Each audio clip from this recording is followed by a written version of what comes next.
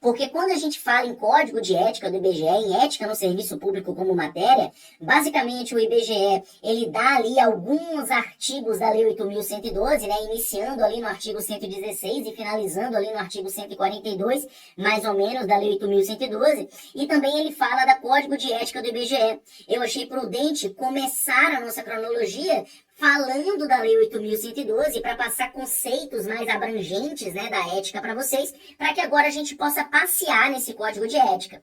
Esse código de ética, ele é uma cópia, eu não estou exagerando, ele é uma cópia apenas com algumas coisinhas a mais. É basicamente copiar e colocar mais 5% de coisa do decreto 1171 de 94. Este decreto 1171 de 94 é de longe o assunto mais cobrado quando se fala em ética no serviço público para outros órgãos, como por exemplo o INSS. Ou seja, você estudando bem isso aqui, você já está estudando o decreto 171 de 94.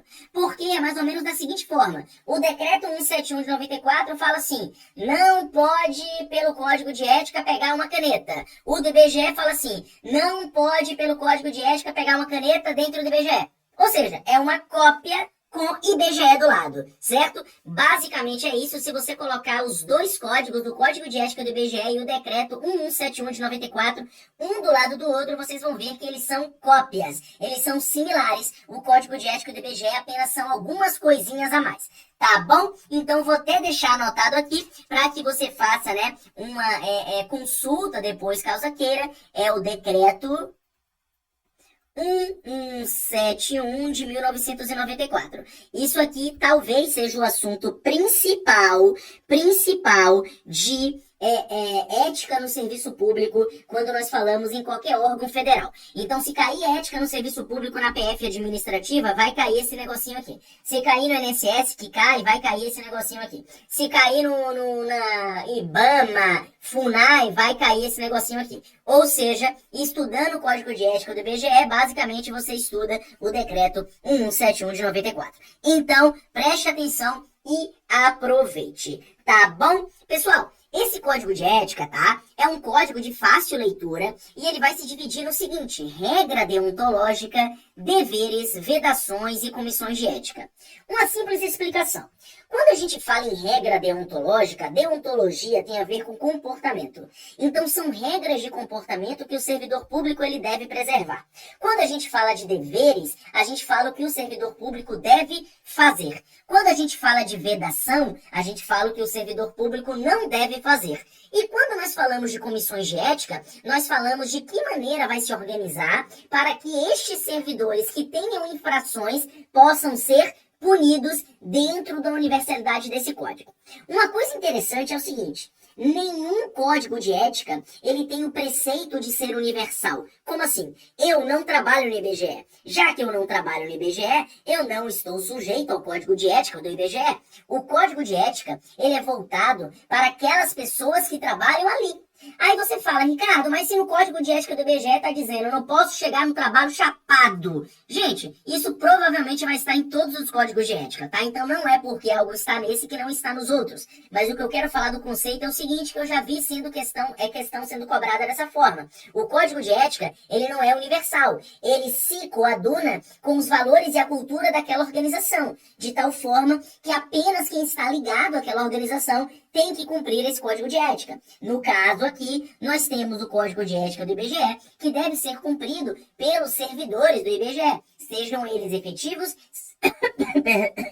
perdão, seja eles temporários. Tá bom? Tranquilo? Show de bola. Pessoal, nós vamos começar agora, só respondendo a pergunta do amigo aqui, a montar cursos, tá? Mas porque já temos um acervo bacana. Então, talvez esse curso aí a gente consiga montar, até porque a gente já tá gravando a matéria de gestão de recursos materiais. Tá bom? Mas, continuando aqui a falar. Não sei aqui porque retratou. Mas beleza, vamos lá. Pessoal, então continuando, tá? Nós temos aqui as regras deontológicas, que vai falar o seguinte: o Estado, ele vai ter as suas regras de comportamento. Basicamente é isso. Lembrando que esse material aqui é exclusivo para os nossos alunos. Pessoal, O que acontece? Um dos grandes preceitos que você tem que compreender é o seguinte: o servidor público, ele carrega consigo a honra e a imagem do serviço público. Ou seja, ele leva para a sua vida pessoal a imagem do serviço público como um todo. Ou seja, a vida pessoal e profissional do servidor público acaba meio que se misturando. É aquela brincadeira que eu sempre faço. Imagina que você passa no concurso e você vai então comemorar, e onde que você, homem hétero, cisgênero, resolve comemorar, né? E solteiro ou não, resolve comemorar na casa das amigas, já que inimiga não dá nada pra ninguém. Então você vai na casa das amigas, daquela luz vermelha ali, esvoaçante, aquela coisa, aquela maluquice, gente pra cá, gente pra lá, parecendo a Rua Augusta, um bagulho muito louco, você acha que tá em Sodoma e Gomorra, e aí do nada você olha pro lado e você vê ali o diretor do IBGE sentado, conversando, falando um pouco do órgão IBGE para duas amigas que estão sentadas estrategicamente nos seus colos, né? Numa perna e em outra perna. Você olha e fala, caramba, cara, é legal? Pra caramba. Mas o que acontece? Naquele momento se quebra um pouco a mística do servidor público. Você começa a falar o seguinte, cara, se o diretor do IBGE, o delegado tal, o juiz tal está aqui, eles não são pessoas tão respeitáveis assim. A gente acaba pensando isso de maneira instintiva. Ou seja, no momento em que você é um servidor público, você guarda uma responsabilidade de que você carrega a honra e imagem do serviço público. Você se torna parte da engrenagem da máquina pública. Ou seja, as regras de comportamento, em geral, elas têm que ser cumpridas no serviço e fora dele, e não apenas dentro do serviço. Isso é muito importante, inclusive para que você compreenda as normas da ética pública e muitas questões que vêm aparecer. Tá bom? Beleza? Show de bola. Vamos então falar um pouco aqui, né, dessas regras deontológicas. Vamos que vamos. Pessoal, primeiro, nós temos que a dignidade, o decoro, o zelo, a eficácia e a consciência dos princípios morais, eles vão ser primados maiores. Gente, por incrível que pareça, eu já vi cobrar isso aqui, tá? Em apenas uma questão, mas eu já vi cobrar isso aqui. Tanto que eu coloquei em negrito. Eu já vi falar o seguinte, segundo o Código de Ética, são primados maiores. Aí você tinha que lembrar que era dignidade, decoro, zelo, eficácia e consciência dos princípios morais. Para prevenir, pelo sim, pelo não, chega aí no seu resuminho e coloca assim, ó, primados maiores, né? E aí você pega nesses primados maiores e já começa seu resumo assim, dignidade, decoro, né? Zelo, eficácia, blá, blá, blá. Não custa nada você fazer isso porque você não tem que voltar nesse grande artigo para extrair essa informação importante. Tá bom? Então veja que todos os atos têm que ser pela preservação da honra e da tradição do serviço público. Percebe? Todo o comportamento do servidor público, ele tem que, de certa forma, prevenir a honra, preservar a honra do serviço público, pelo menos uma honra idealizada.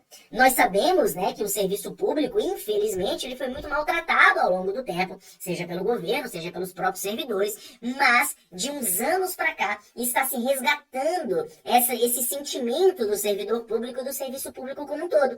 Novos servidores não entram para fazer um mau trabalho, pelo contrário, eles entram para fazer um ótimo trabalho, exercendo na plenitude as suas competências, tá bom? Então fica a diquinha aí para você lembrar dessa questão dos primados maiores. Beleza? Como eu já falei para vocês também, a vida pública e privada do servidor público se mistura. Continuando, o servidor público jamais poderá desprezar o elemento ético de sua conduta.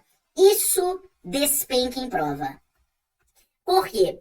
Normalmente, quando o aluno vê em prova as palavras nunca, jamais, ou então as palavras exclusivamente, perdão, somente, etc., parece que o fiofó tranca que não passa nem o Wi-Fi. E eu não sei o porquê isso acontece. Então, muitos examinadores usam essas questões que têm essas palavras mais melindrosas para induzir o candidato ao erro. Mas é bom que você lembre disso. Nunca pode se desprezar o elemento ético de sua conduta. Gente, quando a gente fala de direito administrativo, nós temos 5 princípios da administração pública, que é a legalidade, a impessoalidade, a moralidade, a publicidade publicidade e eficiência. Beleza. Não é preciso que você, que esteja estudando aqui para esse concurso, saiba disso, tá bom? Tranquilo. Agora imagine algo. Imagine que você tem que fazer uma demolição de um prédio. Só que nesse prédio vivem 200 idosos que estavam em situação de rua e o voluntariado colocou lá.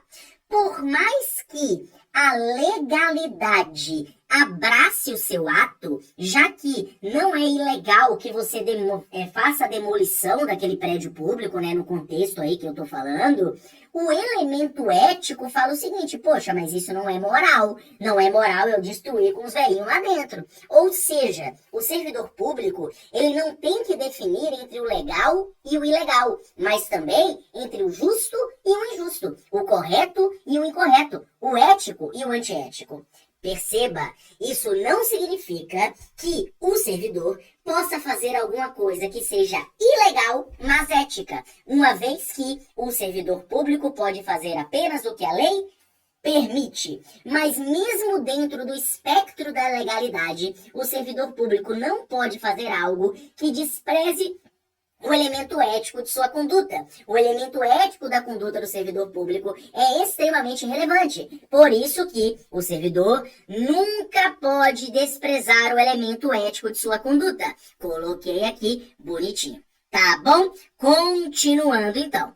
A moralidade da administração pública não se limita à distinção entre o bem e o mal. Por quê? Quando a gente vai estudar ética de uma maneira mais conceitual, nós vamos compreender que a moralidade ela é contextual. Por exemplo, nós aqui no Ocidente vivemos sobre a doutrina de uma moral cristã.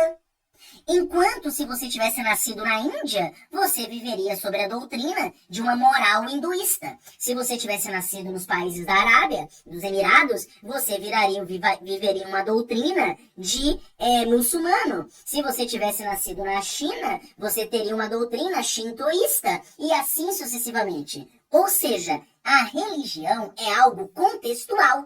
Você não escolhe a região que você vai nascer, muito menos a cultura que você vai estar inserido. Então, o princípio moral, ele não é apenas uma distinção entre o bem e o mal, porque o que pode ser mal para você, para mim pode ser bom, dentro do meu contexto e da minha conduta.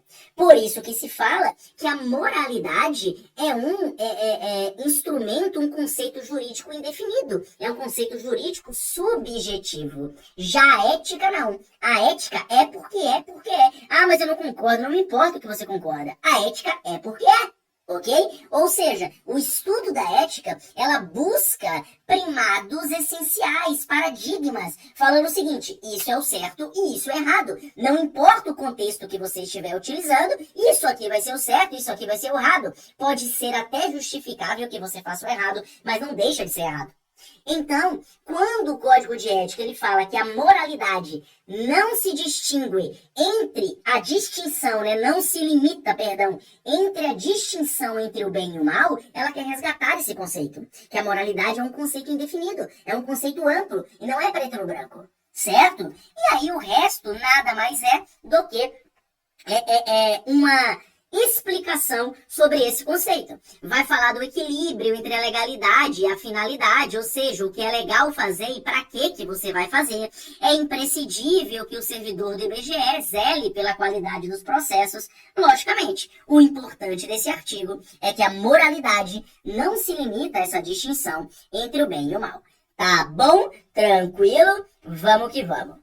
A remuneração do servidor público é custeada pelos tributos pagos para todos, até por ele próprio.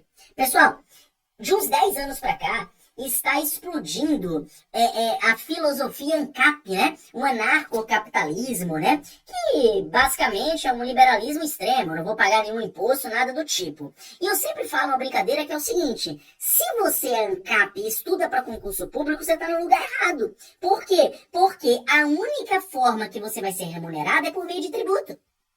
A administração pública, ela não foi feita para gerar lucro, ela foi feita para administrar os tributos da população. Por isso que eu falo que imposto não é roubo. Roubo é imposto roubado, é imposto mal utilizado. Agora, imposto por si só não é roubo. Claro, podemos discutir que nós temos uma carga tributária absurda, que nós temos uma das maiores do planeta, que é dificílimo você viver no Brasil, empreender no Brasil, porque a carga tributária corrói muito seu poder de compra. Isso é uma discussão válida. Mas o tributo como conceito, ele tem que existir pelo fato de que o próprio servidor público, ele é pago por esse tributo. Então, se você tira o tributo da jogada, como é que paga vocês, futuros servidores? Como é que paga policial? Como é que paga delegado? Como é que paga um monte de coisa? Não é verdade? Tranquilo? Show de bola! Não entendo o porquê do IBGE não aproveitou o pessoal que já estava trabalhando. O contrato poderia ser prorrogado por até 3 anos, porque na administração pública existe algo chamado burocracia. O que acontece, até para explicar essa situação? Imagina que você está sendo contratado como recenseador. Qual foi o seu cargo? Recenseador. Você pode fazer o que um agente de pesquisa e mapeamento faz? Não. Ricardo, mas eu já estava lá, não pode me aproveitar? Não, porque se você colocar na justiça dizendo que você teve um desvio de função, você ganha uma indenização. Ricardo, não pode então fazer um concurso genérico falando assim, técnico do IBGE, e aí você faz tudo que tem ali? Também não. Por quê? Porque as atribuições do servidor têm que ser corretamente delimitadas, para que ele saiba exatamente o que ele deve e o que ele não deve fazer. Ou seja, por que o IBGE agora fez 5 editais, se ele podia simplesmente fazer um puta editalzão e sair lotando as pessoas lá dentro, tal qual uma empresa privada? Porque a empresa pública, a autarquia, a fundação, a administração pública, ela tem que seguir uma legalidade burocrática. Então é por isso que não há esse aproveitamento e não tem o que fazer. É o mesmo fato de você falar o seguinte, não, eu entrei como técnico do Ministério Público da União, só que eu trabalho mais do que o promotor, então eu tenho que ganhar o que o promotor ganha, porque o promotor nem vem aqui. É injusto? Pode parecer injusto, mas o promotor tem atribuições de promotor. Você, pelo melhor técnico que você foi na vida, o funcionário do mês, o grande técnico do MPU, sempre será técnico do MPU. Eu não estou falando isso de maneira pejorativa. Eu estou dizendo que a administração pública, ela tem essa burocracia de acordo com seus cargos. E é por isso que não pode fazer esse aproveitamento. A gente não tem como discutir a regra do jogo. A regra do jogo foi dada pra gente. Vamos jogar a regra, vamos vencer a regra. Tá bom? Beleza. Então, aqui, eu já falei para vocês, e o trabalho desenvolvido pelo servidor público deve ser entendido como acréscimo ao seu próprio bem-estar. Uma vez que se eu sou servidor público, eu faço um trabalho para a sociedade, eu me incluo nessa sociedade. Se eu me incluo nessa sociedade, eu vou ser, como é que eu posso dizer? Agraciado pelo próprio fruto do meu trabalho. Ivanildo, grande abraço, Ivanildo. Você é o cara aí, ó, professor de geografia. Dê uma olhada nas aulas do Ivanildo aqui, cara, que o Ivanildo domina. Tem 2 aulas dele aqui gratuitas aqui no canal. Tem também a aula do Heitor, cara, geografia, esse pessoal domina. Dá uma olhada lá que é muito bacana. Tá bom? Vamos então continuar a nossa brincadeira. Isso aqui eu já falei, tá? Isso aqui talvez seja uma das coisas que mais cai em prova, que a vida pública se integra na vida particular de cada servidor.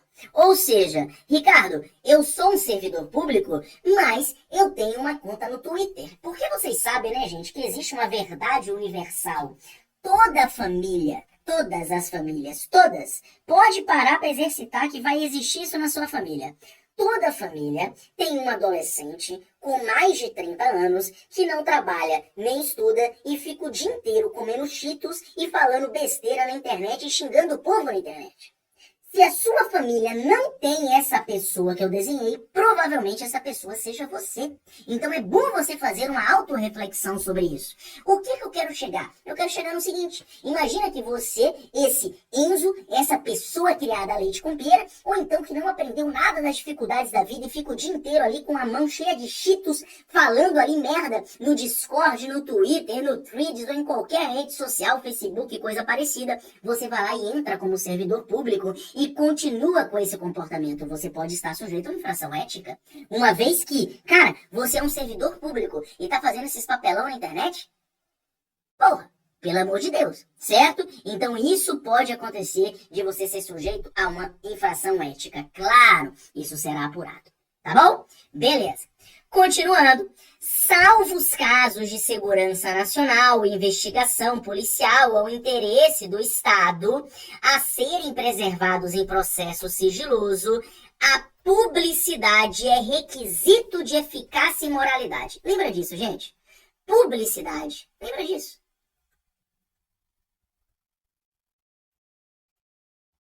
É um requisito de eficácia e de moralidade.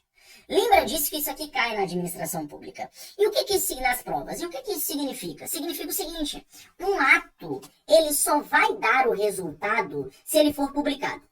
Imagina assim, você passa no concurso público. O que você espera quando você passa no concurso público? Que seu nome apareça no Diário Oficial. O que isso significa? Significa publicação do seu ato de nomeação. Imagina se o diretor do IBGE te liga e fala assim, cara, você passou, cara, massa, começa a trabalhar amanhã. Aí você fala, mas meu nome não saiu, não foi nomeado, não dá nada não, começa a trabalhar. Você tá trabalhando? Não. Você só vai começar a trabalhar efetivamente no momento em que o seu ato de nomeação for publicado em um meio oficial. Por isso que a publicidade do ato é um requisito de eficácia, ou seja, daquele ato cumprir o seu resultado, e de moralidade do ato administrativo como um todo. Veja, a publicidade ela não é irrestrita. Imagina que a PM, ela vai fazer uma blitz no final de uma festa, né? Que tem droga, coisa parecida. Para fazer essa blitz, precisa de policial, precisa de viatura, isso precisa de dinheiro. Imagina se antes da blitz fosse obrigado que se publicasse em meio oficial que teria uma blitz ali. Ninguém iria para aquela festa. Não ia ter a eficácia do ato. Então, alguns casos, como segurança nacional, situações de interesse público, entre outras coisas mais específicas, elas vão ser protegidas por sigilo. Certo? Por isso que a publicidade ela existe, mas ela não é absoluta e não é irrestrita. Até porque nenhum princípio da administração pública é absoluto ou irrestrito. Tá bom? Tranquilo? Show de bola. Então lembra aqui, né, que a publicidade é requisito de eficácia e moralidade. Pessoal, sobre o IBGE, uma coisa muito interessante que você tem que lembrar é o seguinte, o IBGE trabalha com dados. Por exemplo, eu chego na casa da pessoa como recenseador e eu pego dados dessa pessoa. Renda familiar, preferências, o que consome, número de filhos, blá, blá, blá. Esses dados, eles têm que ser confidenciais. Agora perceba, o IBGE tem uma forma de tratamento desses dados. A forma de tratamento dos dados, a lei que fala de que maneira esses dados devem ser tratados, essa lei deve ser pública, porque essa lei é genérica. Apenas vai falar o seguinte, os dados do IBGE vão ser tratados assim, assim, assado. Não falam, os dados de Ricardo Barrios coletados pelo IBGE vão ser tratados assim, assim, assado. Aí estaria pessoalizando. É por isso que eu deixei aqui o adendo. Os dados coletados são confidenciais, mas as leis e as normas que regem as operações do IBGE devem ser públicos. Tá bom? Vamos lá então, continuando as regras deontológicas. Toda pessoa tem direito à verdade. O servidor não pode omiti-la ou falseá-la, ainda que contrária ao interesse da própria pessoa ou da administração pública. Ou seja, você tem que falar a verdade. A verdade não pode ser omitida ou falseada. Não confunda isso com revelação de segredo. Existem segredos que têm que ser revelados, que têm que ser protegidos dentro da repartição. Imagina, por exemplo, que você vai numa loja e você pega lá, sei lá, faz dados da loja lá pelo IBGE em um trabalho de agente de pesquisa e mapeamento. Aí o concorrente pergunta, ei, me diga aí, como é que tá a loja? Você não vai falar, porque isso é confidencial, isso é protegido por sigilo. Agora, dentro do que pode ser divulgado, que é a regra, é a grande maioria, todos têm direito à verdade. O servidor não pode omitir a verdade, não pode falsear a verdade para proteger nem a administração pública, nem o próprio interessado pela verdade. A verdade tem que ser dita, clara, de maneira que a pessoa possa buscar proteger os seus direitos. Certo? Tranquilo? Aqui é padrão, né? A cortesia e a boa vontade caracterizam o esforço pela disciplina. Você tratar mal uma pessoa que paga seus tributos significa causar-lhe dano moral. Tá bom? Beleza? Show de bola.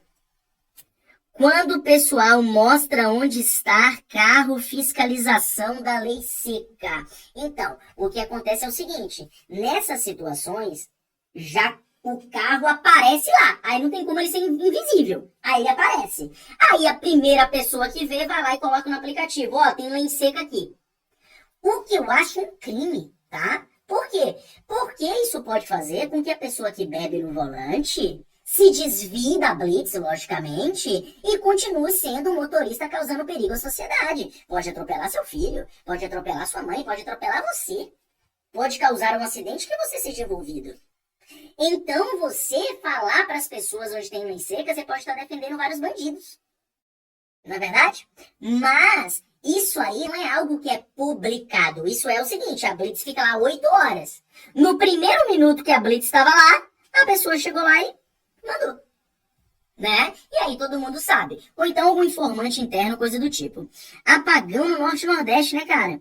Que coisa. Polo petroquímico evacuado na Bahia. Gente, apagão. Poxa, pesado. Vamos então continuar aqui nossa brincadeira? Depois meus compatriotas veem essa aula aqui, tá tudo certo.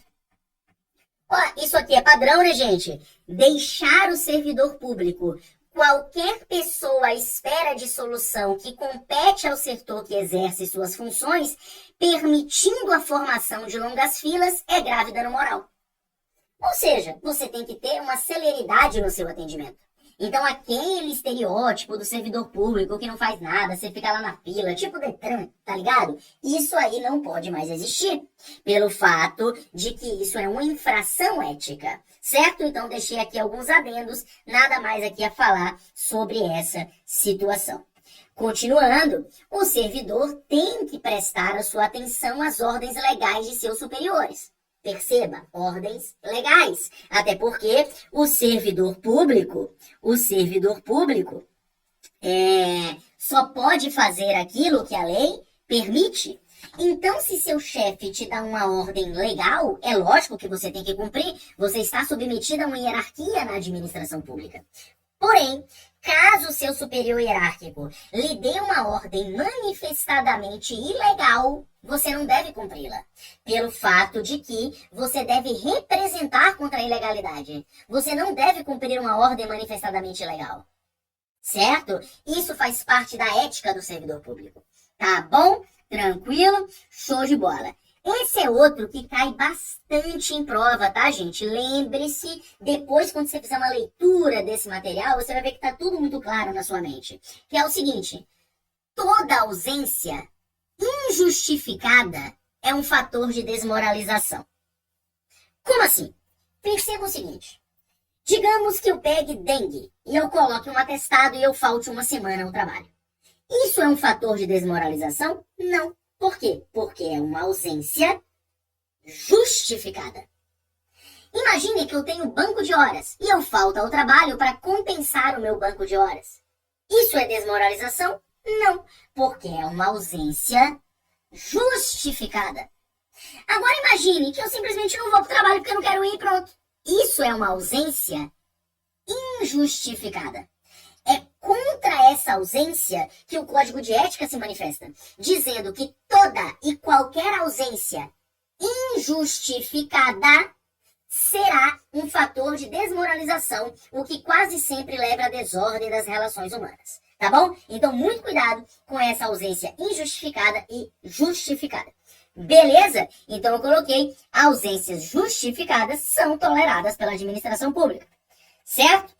Aqui fala também, né, que o servidor que tem que trabalhar em harmonia com os seus colegas de trabalho, ele vai ser um cara legal, vai receber colaboração de todo mundo, tudo bonitinho. dizendo que tem que ter um caráter colaborativo, tem que ser um cara boa praça, né? Então isso aqui é um comportamento esperado de todo servidor, tá bom? Então, veja, né, que é de extrema importância que o candidato que pretende ingressar no serviço público compreenda que a oportunidade de servir a coletividade é tarefa de grande honra, devendo assim proceder de maneira harmoniosa com o funcionamento da estrutura pública. Você tem que ser uma pessoa boa praça, certo?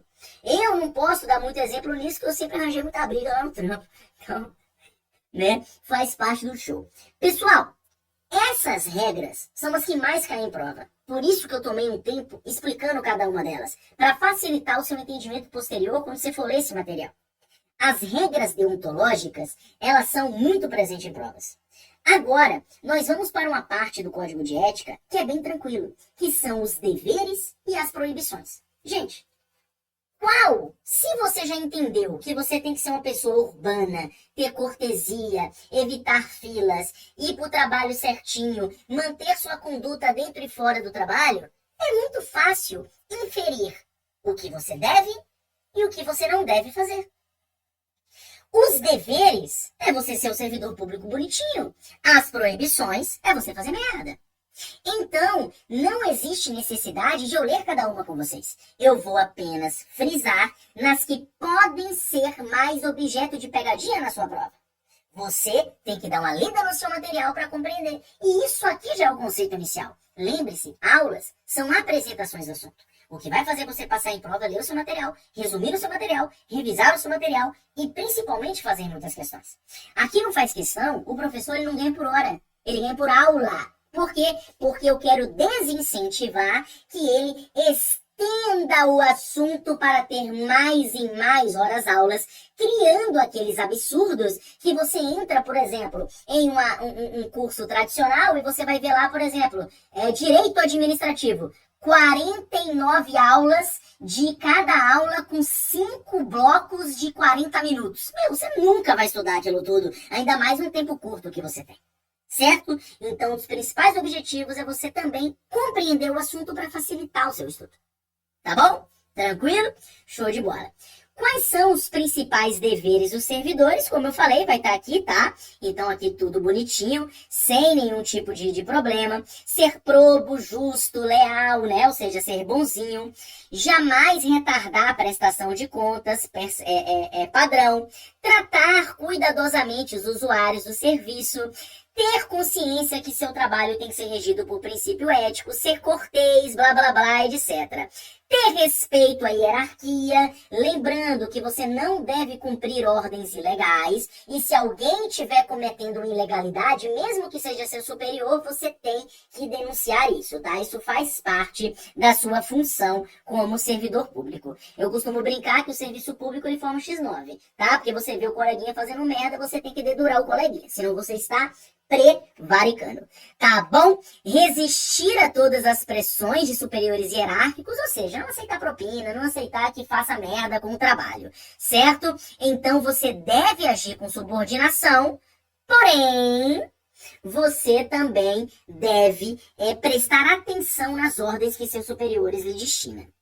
Zelar no exercício do direito de greve pelas exigências específicas de defesa da vida, ou seja, o próprio Código de Ética já preceitua que a greve é um direito do servidor público, tá? A gente não vai adentrar muito no assunto de greve, porque isso é algo mais do direito administrativo, mas a greve dentro do serviço público, ela existe, ela é um direito constitucional, tirando ali algumas categorias que não podem entrar em greve, mas a greve, ela existe, ela é um direito constitucional, mas tem um monte de pormenores.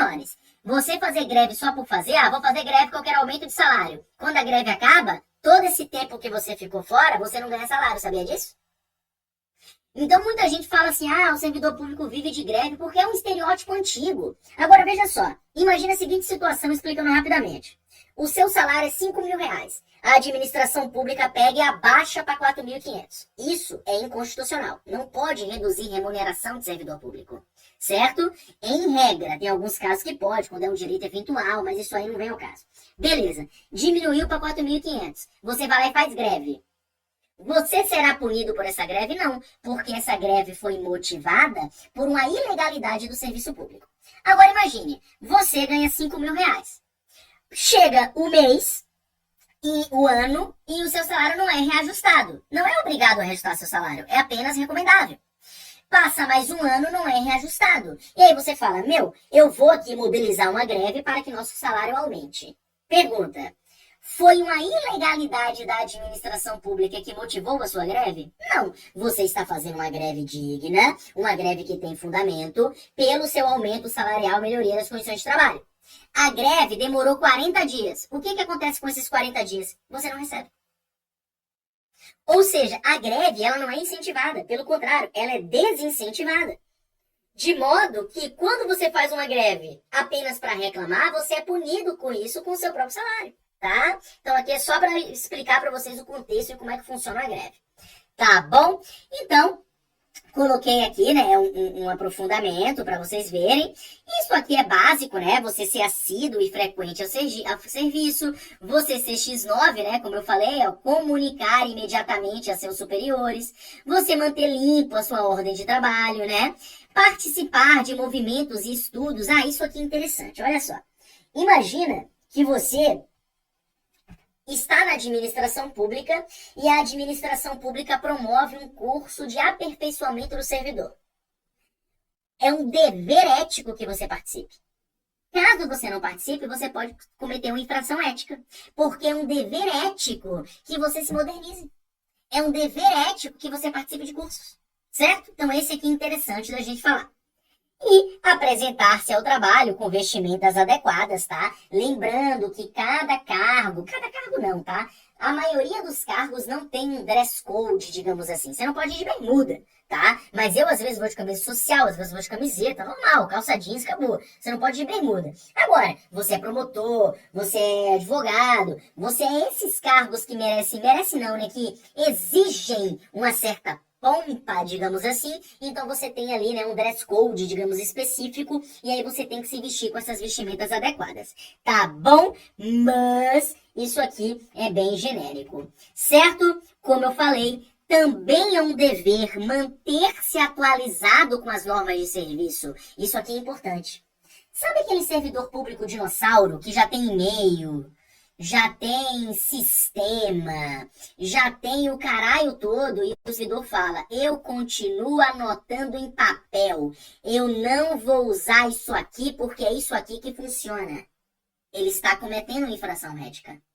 Porque é um dever manter-se atualizado com as instruções e normas de serviço, legislação pertinente ao órgão onde exerce as suas funções.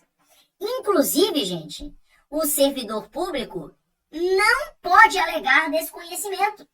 Ou seja, você é um técnico e tem uma resolução interna do IBGE sobre o trabalho do técnico e você não cumpre essa resolução, você não pode alegar que você não sabia dela, porque faz parte do seu dever ético conhecer essa resolução. Certo? Tranquilo? Show de bola. O resto aqui, né, é muito de boa, não tem muita coisa. Exercer com estrita moderação as prerrogativas funcionais, não dar carteirada, não usar o serviço público para outras coisas. Abster-se de forma absoluta de exercer sua função com finalidade estranha ao interesse público. Ou seja, você vai usar sua prerrogativa funcional para o interesse público e não para você. Sabe aquele cara que dá carteirada em festa, porque ele quer entrar em festa, porque lá? Isso aí é infração. Dá demissão, inclusive, tá?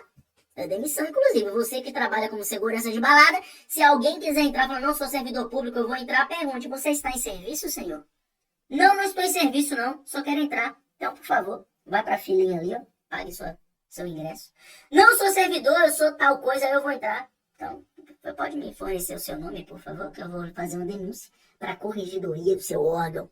Tá bom? Beleza, aí vocês vão rir muito, depois vão levar uns 3 tiros no joelho, né? Faz parte da vida. Mas a teoria é linda, enquanto a prática é totalmente diferente. Beleza, continuando. apresentar, né, nas análises estatísticas as informações que estejam de acordo com as normas e zelar pela qualidade estatística, ou seja, isso aqui é uma aplicação dos deveres voltadas aí para o trabalho do IBGE, tá bom? E divulgar para todos os integrantes da classe a existência do código de ética, para todo mundo saber disso. Então, coloquei aqui alguns adendos, né, que esses 3 últimos itens são específicos à atuação do IBGE. A conduta ética deve respeitar a legislação e a normatização. E o IBGE é uma fundação, tá? Isso aqui pode ser interessante como curiosidade. O IBGE não é uma autarquia, o IBGE não é uma empresa pública, o IBGE não é uma sociedade de economia mista. O IBGE é uma fundação.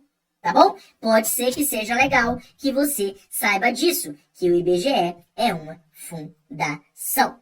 Tá bom? Tranquilo? Então você já sabe, né, meu aluno? Eu nem preciso lhe dizer que é o quê? Que é show de bola. E vamos para onde? Vamos para frente. Beleza, beleza, beleza, beleza, beleza. Vamos lá, vamos lá, vamos lá. Gente, em contrapartida, as vedações, elas são muito parecidas. Não tem muito o que falar. Então, a vedação é aquilo que você não pode fazer. Simples assim. Então, da mesma forma, o que você não pode fazer? Dar carteirada, prejudicar outra pessoa sem motivo nenhum, em função do seu espírito de solidariedade, ser conivente com erro ou infração. Essa é importante para fins de prova. Como eu falei, a administração pública, ela forma X9, né? Brincadeira, tá, gente? É uma maneira de falar. O que acontece? Se você vê o seu brother fazendo merda, você tem que denunciar a merda. Você não pode falar, não, pela minha solidariedade eu vou ficar de boa. Não, você tem que denunciar a merda. Seu brother faz merda, você denuncia a merda. Você não pode deixar o seu espírito de solidariedade afetar o seu julgamento. Porque o servidor público, ele é impessoal. Não é Ricardo que está ali. Ricardo está apenas provendo um cargo. E ele vai realizar as atribuições desse cargo de uma maneira impessoal. Tá bom? Beleza? Usar de artifícios para procrastinar ou dificultar o exercício de direito de qualquer pessoa. Ou seja, não pode ficar procrastinando, né? Coloquei aqui todas as situações aí, né, que podem ajudar, né? Os adendos. Deixar de utilizar os avanços técnicos e científicos, lembra aquilo que eu falei do e-mail, coisa parecida? Permitir que perseguições, simpatias, antipatias possam prejudicar o seu julgamento. Então, por exemplo, você é a pessoa que fornece um documento. E aí uma moça chega lá e fala assim, então, eu queria um documento. Aí você olha bem pra ela e fala assim, peraí, rapaz. Peraí. Não foi tu? Eu o quê? Não foi tu que quando eu tinha 15 anos de idade, eu falei, te dei flor, dizendo que eu queria namorar com você. E você olhou na minha cara e falou, eu nunca vou namorar um nerd nojento que nem você. E foi lá e beijou o cara que joga futebol na escola, na minha frente. Bem específico isso, né? Doeu um pouco até meu coração ao lembrar. E aí você fala, agora você tá alinhada, sua desgraçada. Olha aqui, eu estudei. Onde é que tá seu brother? Onde é que tá o seu jogador de futebol? Cadê? Olha eu aqui, ó. Estudei, seu servidor público. Agora, baba, olha o que perdeu. Baba, a criança cresceu. Ela olha pra mim e fala assim, você continua um nerd. Agora só que você é um nerd com mais dinheiro. Então faz o seguinte, vai te lenhar. Ou seja, o que aconteceu? Eu deixei uma antipatia prejudicar meu julgamento. Isso não pode acontecer. Eu sou impessoal, não é Ricardo que tá ali. Então nenhuma paixão nem perseguição pode afetar o seu julgamento pessoal. Certo? Por isso que eu falei, tá? Que o trabalho tem que ser isento e impessoal. Você tem que agir dessa forma isenta e pessoal. E você, se você tá me assistindo, saiba que eu venci. Eu venci nessa vida, tá? Eu venci. Fica com seu jogador de futebol. Fica com seu jogador de futebol. Vai, sua desgraçada. Eu sei que hoje você tá aí sofrendo enquanto eu tô aqui, ó, bem maravilhoso. Tá? Mentira, gente, não aconteceu dessa maneira não, só aconteceu algo muito parecido. Quando você é um jovem nerd, um jovem assim que acompanhou Naruto episódio por episódio, que via Dragon Ball Z na Band, sabe, que via Yu Yu Hakusho na Manchete, que jogava RPG com seus amigos, e você morava na periferia de Salvador, e aí todo mundo jogava bola, menos você, todo mundo fazia umas brincadeiras massas, e você só queria saber de jogar videogame. O primeiro milagre da sua vida se torna fazer sexo, né? Quando você decide tipo é um milagre quando você faz sexo a primeira vez. E até lá você sofre bastante. Então, até isso acontecer na minha tenra idade, eu levei aí muitas decepções amorosas. Mas o mundo é dos justos. O nerd de hoje é o cara rico de amanhã. Garota, escolha já o seu nerd. Tá bom? Vamos lá então continuar essa brincadeira aqui. Vamos lá. De qualquer maneira, tá? Você não pode pleitear, solicitar, provocar, sugerir ou receber qualquer tipo de ajuda financeira, gratificação, prêmio ou comissão. Ou seja, você não pode pedir propina. Certo? Também você não pode alterar documento. Isso aqui, né, velho? A Morena não sabe fazer, né? Porque a Morena vive de ilusão. Você não pode iludir ou tentar iludir qualquer pessoa que necessite do atendimento em serviços públicos. Ou seja, Morena, não iluda o coração do pobre rapaz.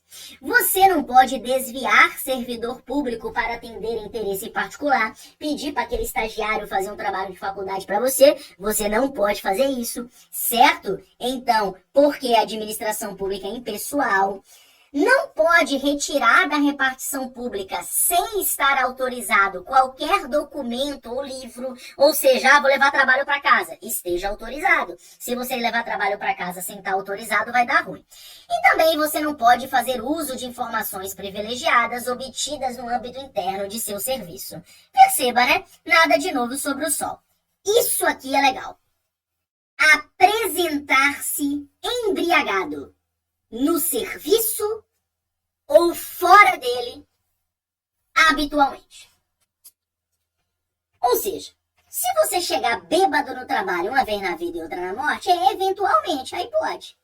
Outra coisa, a regra é clara, você não pode ficar embriagado, então beber socialmente você pode. Brincadeiras à parte, gente, isso aqui mostra bem como é que a vida pública e pessoal se mistura.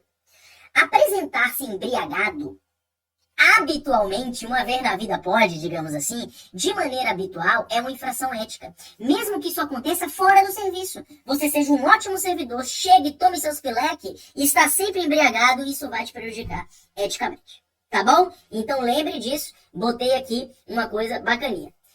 Dar o seu concurso a qualquer instituição que atente a moral, honestidade ou dignidade, em português claro, evite paputeiro, tá? Em português claro é isso aqui que isso aqui devia falar, porque qual é a instituição que atenta contra a moral, honestidade ou dignidade?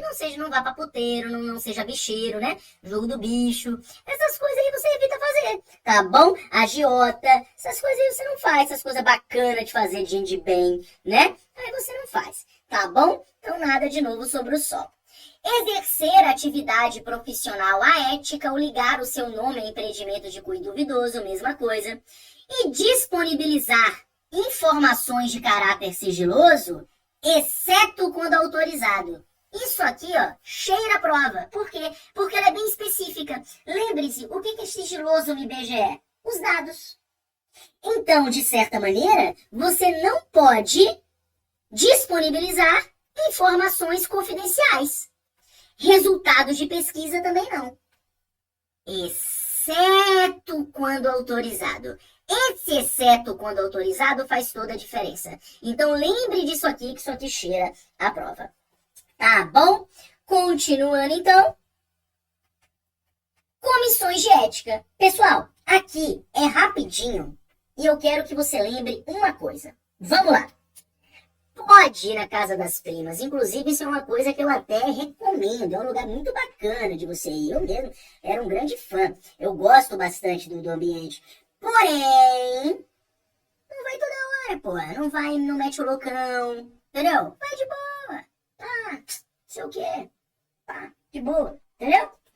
Pra não dar chance pro azar. Pessoal, brincadeiras à parte, sobre a comissão de ética, eu quero que vocês saibam uma coisa. Ricardo, eu fui... Lembra das penalidades lá das duas primeiras aulas? Advertência, suspensão, demissão, cassação, fazer disponibilidade? Isso são penalidades funcionais. Ricardo, eu cometi uma infração e eu estou sendo apurado pela comissão de ética. Eu posso ser advertido? Não. Eu posso ser suspenso? Não. Eu posso ser demitido? Não. O que pode acontecer comigo? Censura. Mais alguma coisa? Não. Censura. Ricardo, e outra? Não tem outra. Censura. O Código de Ética do IBGE, com base no código, pode se aplicar apenas uma penalidade. Censura. Lembre-se, cheguei no trabalho bebão e fiz uma merda. Eu vou ser apurado no Código de Ética por me apresentar embriagado ao serviço e também vai ser uma infração administrativa que eu vou levar uma sindicância, por exemplo. Ou seja, eu posso ser advertido, tomar uma advertência, uma suspensão por esta esfera e na esfera de Código de Ética apenas censura. Não é censura ética, não é advertência da censura, não é censurinha, não é censura blá blá blá, é censura. A penalidade do Código de Ética é censura. Ricardo, e outra, não tem outra, censura. E outra, censura! Lembra disso, que isso aqui você vai agradecer na prova. Tá bom? Então, a única penalidade a ser aplicada pela Comissão de Código de Ética é censura. Ou seja, não faz medo não, né? Uma censura, toda hora eu sou censurado mesmo. E aqui fala, né, que a Comissão de Ética do IBGE, ele tem que encaminhar esses registros para o IBGE, veja que a comissão é algo assim separado, para subsidiar a promoção. Então, se você tem ali uma promoção, um plano de cargos e salários, você terá essa promoção se, entre vários requisitos, estiver ali com a sua ética ilibada. Bonitinho. Então, nada de novo sobre o sol também. Como eu falei aqui, tá? A pena aplicável é a censura. Tem que ser fundamentada no parecer, então você tem que saber o porquê está sendo censurado e tem que ser assinado por todos os integrantes da comissão de ética. Isso aqui, cara, pega muito candidato bom.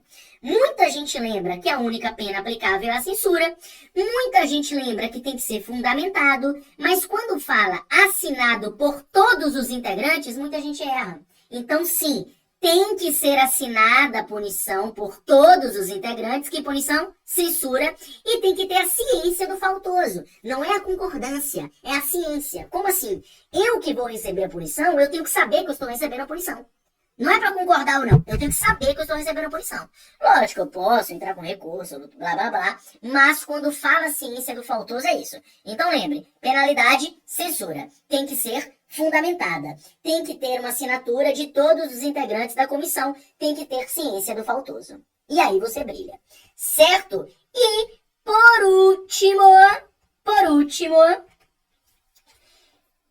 qualquer pessoa que esteja na administração pública, de maneira eventual ou permanente, ganhando dinheiro ou não, pode cometer uma infração ética. Ou seja, eu sou mesário. Estou sendo mesário. Estou sendo mesário lá por, sei lá, por uma eleição. Estou ganhando R$ 15 para ser mesário. Eu posso cometer uma infração ética nesse período? Posso. Mesmo eu sendo eventual, mesmo eu sendo não remunerado, eu posso ser enquadrado nisso. Sou voluntário, participo do programa Amigos da Escola. Fui um dia lá e não ganhei nada. Posso, nesse dia, ser enquadrado como uma infração de código de ética? Pode. Fez uma merda, pode ser enquadrado.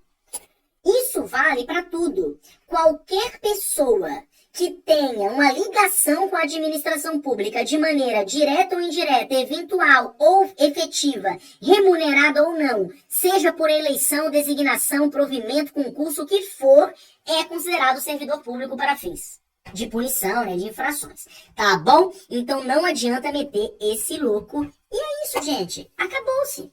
Em 52 minutos eu falei de tudo aqui do Código de Ética do IBGE e de tabela. Tudo do Decreto 171 de 94. O Decreto 171 de 94 é exatamente isso que você está aqui vendo. Tá bom? Então é isso. Como sempre, muito obrigado por tudo mais uma vez. Te vejo na próxima, meu parceiro. Deixa o like, né? Vamos deixar o like? Valeu, falou e até mais. Pessoal, Encerrei a aula aqui. Gente, deixa o like aqui nessa aula, tá? Adquira o nosso curso do IBGE, gente. Tá R$299. Esse preço vai aumentar já já. Esse preço já já vai aumentar. Quando sair o edital de efetivo, esse preço vai aumentar. Vocês estão tendo uma oportunidade. Era 249, agora é 299. Aumentou um pouquinho aí. Beleza? Mas isso vai reajustar. Então você que ainda não adquiriu, adquira. Você vai estar se preparando para tudo que existe no IBGE de nível médio. Tá bom? Ricardo, e se o IBGE, o concurso efetivo, vier com a matéria economia no nível médio? A gente faz aula, o risco é nosso. Tá bom? Tranquilo? Show de bola. Olha só, que massa, né? Por quê? Porque o cara ganhou por hora. Aí que massa, 6 horas, você ficar lá 6 horas vendo o código de ética.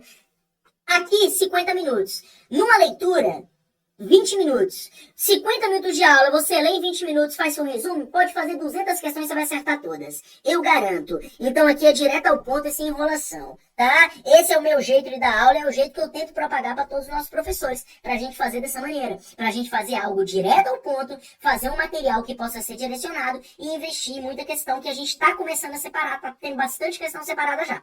Tá bom?